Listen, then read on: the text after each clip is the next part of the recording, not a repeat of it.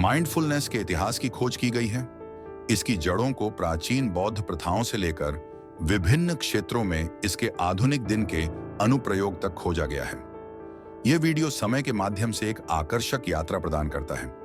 यह दर्शाता है कि यह शक्तिशाली तकनीक कैसे विकसित हुई है और आंतरिक शांति और कल्याण की तलाश करने वाले लोगों के साथ प्रतिध्वनित होती रहती है।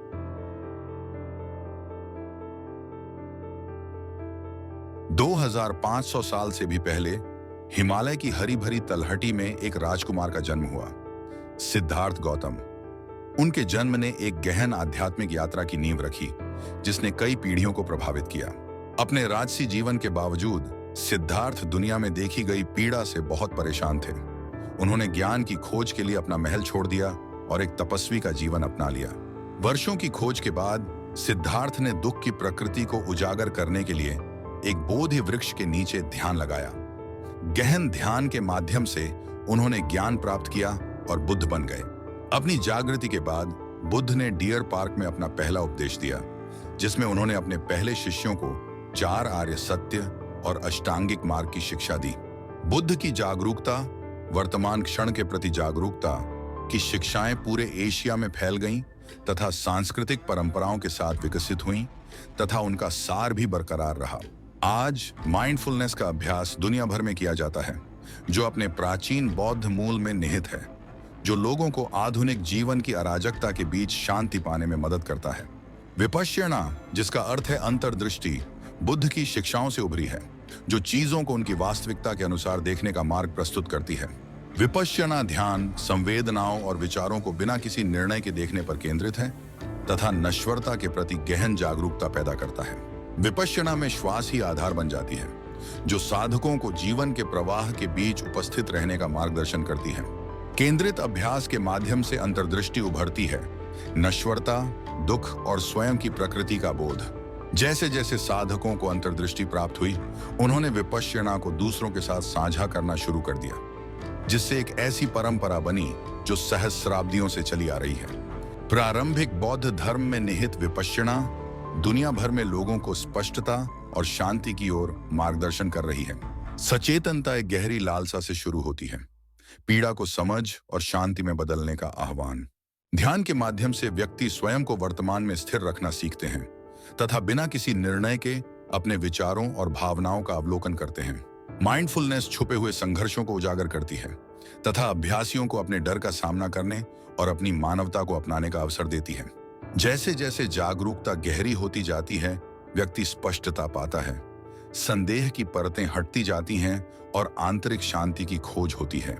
ध्यान आध्यात्मिक जागृति की ओर ले जा सकता है, जो कि अंतर संबंध और अनित्यता का गहन बोध है। जो लोग माइंडफुलनेस के माध्यम से परिवर्तित हुए हैं, वे अक्सर अपना ज्ञान साझा करते हैं तथा दूसरों को भी उसी मार्ग पर चलने का मार्गदर्शन देते हैं। 20वीं सदी के आरंभ में पश्चिमी विद्वानों, यात्रियों और साधकों को एशिया की यात्राओं के दौरान माइंडफुलनेस की शिक्षाओं का सामना करना पड़ा।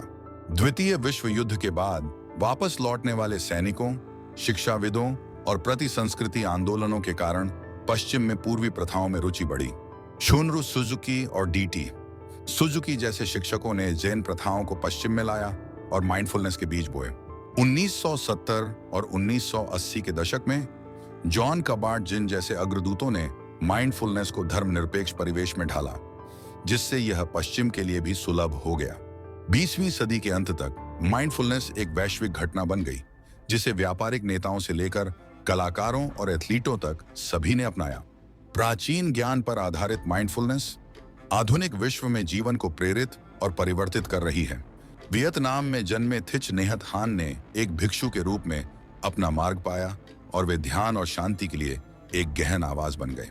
थिच नेहत हान की माइंडफुलनेस की शिक्षाएं वियतनाम युद्ध के दौरान शांति के लिए उनकी वकालत के साथ साथ विकसित हुई। जॉन काबर्ट-जिन ने माइंडफुलनेस को मुख्यधारा की चिकित्सा में शामिल किया तथा माइंडफुलनेस आधारित तनाव न्यूनीकरण MBSR कार्यक्रम बनाया। थिच नेहत हान और जॉन काबर्ट-जिन यद्यपि अलग अलग परंपराओं से थे, फिर भी उन्होंने परिवर्तनकारी अभ्यास के रूप में माइंडफुलनेस के प्रति पारस्परिक प्रतिबद्धता साझा की। अपनी शिक्षाओं के माध्यम से थिच नेहत हान और जॉन काबर्ट-जिन ने दुनिया भर में असंख्य व्यक्तियों को माइंडफुलनेस अपनाने के लिए प्रेरित किया। थिक नहत हान और जॉन कबार्ड-जिन की शिक्षाएं मानवता को करुणा, शांति और आत्म जागरूकता की ओर मार्गदर्शन करती रहती हैं। 1979 में जॉन कबार्ड-जिन ने रोगियों को क्रोनिक दर्द और तनाव से निपटने में मदद करने के लिए माइंडफुलनेस आधारित तनाव न्यूनीकरण (MBSR) कार्यक्रम विकसित किया। पहले सत्र में सचेतन श्वास, शरीर की जांच तथा विचारों और भावनाओं के प्रति निष्पक्ष जागरूकता पर जोर दिया गया। 1990 के दशक तक MBSR दुनिया भर के अस्पतालों और कल्याण केंद्रों तक फैल चुका था। कर्मचारियों का तनाव कम करने और उत्पादकता में सुधार करने में मदद के लिए व्यवसायों ने MBSR को अपनाना शुरू कर दिया। शोध ने पुष्टि की है कि MBSR मानसिक और शारीरिक स्वास्थ्य में सुधार करता है, जिससे इसे व्यापक स्वीकृति मिलती है। आज MBSR का अभ्यास दुनिया भर में लाखों लोग कर रहे हैं, जो माइंडफुलनेस के माध्यम से जीवन में बदलाव ला रहे हैं। माइंडफुलनेस के वैज्ञानिक अध्ययन में रुचि 20वीं सदी के अंत में शुरू हुई, जब शोधकर्ता मन और शरीर पर इसके प्रभाव को समझने की कोशिश कर रहे थे। प्रारंभिक अध्ययनों में तनाव और चिंता पर माइंडफुलनेस अभ्यासों के प्रभावों को मापने के लिए सरल प्रयोग शामिल थे। 2000 के दशक के प्रारंभ में मस्तिष्क इमेजिंग में प्रगति ने वैज्ञानिकों को यह मापने में सक्षम बनाया कि माइंडफुलनेस मस्तिष्क की गतिविधि में किस प्रकार परिवर्तन लाती है। अध्ययनों से पता चला है कि माइंडफुलनेस चिंता और अवसाद के लक्षणों को कम कर सकती है, जो पारंपरिक उपचारों का एक विकल्प प्रदान करता है। विद्यालयों में माइंडफुलनेस कार्यक्रम विद्यार्थियों की एकाग्रता, भावनात्मक विनियमन और समग्र स्वास्थ्य में सुधार लाने के लिए शुरू किए गए। आज माइंडफुलनेस पर शोध पूरी दुनिया में हो रहा है, जो क्रोनिक दर्द से लेकर कार्यस्थल पर तनाव तक हर चीज पर इसके प्रभावों की खोज कर रहा है।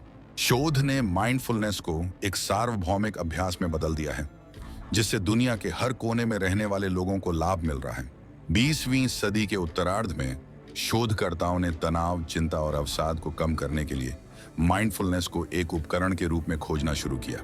प्रारंभिक अध्ययनों में मरीजों के बीच तनाव कम करने में माइंडफुलनेस की प्रभावशीलता का परीक्षण किया गया। ये पाया गया कि माइंडफुलनेस कार्यक्रमों से प्रतिभागियों में चिंता के लक्षणों में उल्लेखनीय कमी आई। अध्ययनों से पता चला है कि माइंडफुलनेस अभ्यास भावनात्मक विनियमन को बढ़ाकर व्यक्तियों को अवसादग्रस्त लक्षणों का प्रबंधन करने में मदद कर सकता है। यह पाया गया कि माइंडफुलनेस तकनीक से कॉर्टिसोल का स्तर कम होता है, जिससे व्यक्ति को तनाव से निपटने में मदद मिलती है। समूह में माइंडफुलनेस कार्यक्रमों ने प्रतिभागियों के बीच तनाव और चिंता को कम करने में शक्तिशाली प्रभाव दिखाया। माइंडफुलनेस अनुसंधान को वैश्विक मान्यता प्राप्त हुई है, जिसने विश्व भर में मानसिक स्वास्थ्य प्रथाओं को प्रभावित किया है। माइंडफुलनेस अभ्यासों का मस्तिष्क की कार्य प्रणाली पर गहरा प्रभाव पड़ता है तथा यह भावना और संज्ञान से जुड़े प्रमुख क्षेत्रों की संरचना और गतिविधि में बदलाव लाता है। FMRI जैसी आधुनिक इमेजिंग तकनीकों के माध्यम से शोधकर्ताओं ने देखा है कि कैसे माइंडफुलनेस प्रीफ्रंटल कॉर्टेक्स में गतिविधि को बढ़ाती है और एमिग्डाला में गतिविधि को कम करती है। माइंडफुलनेस अभ्यास मस्तिष्क के भय केंद्र अमिगडाला को विनियमित करने में मदद करते हैं, जिससे तनाव और भावनात्मक प्रतिक्रिया कम होती है। माइंडफुलनेस प्रीफ्रंटल कॉर्टेक्स को मजबूत करती है, भावनात्मक विनियमन और निर्णय लेने की क्षमता को बढ़ाती है। लगातार माइंडफुलनेस अभ्यास तंत्रिका मार्गों को मजबूत करता है, जिससे अधिक ध्यान और भावनात्मक लचीलापन बढ़ता है। माइंडफुलनेस का अभ्यास करने वाले व्यक्ति अपनी भावनाओं पर अधिक नियंत्रण महसूस करते हैं और जीवन की चुनौतियों के प्रति कम प्रतिक्रियाशील होते हैं। जैसे जैसे अध्ययन आगे बढ़ रहे हैं, वैश्विक स्तर पर माइंडफुलनेस को भावनात्मक और मानसिक कल्याण के लिए एक शक्तिशाली उपकरण के रूप में मान्यता मिल रही है। माइंडफुलनेस महज एक अभ्यास नहीं है, यह अधिक जागरूकता, संतुलन और शांति की यात्रा है। ध्यान को सरल दैनिक दिनचर्या में शामिल किया जा सकता है, जैसे एक कप चाय का आनंद लेना या प्रकृति में टहलना। तनाव के क्षणों में माइंडफुलनेस हमें रुकने, सांस लेने और अपना ध्यान पुनः केंद्रित करने में मदद करती है। सचेतनता का अर्थ जीवन से पलायन करना नहीं है, बल्कि उसे पल पल पूरी तरह से अपनाना है।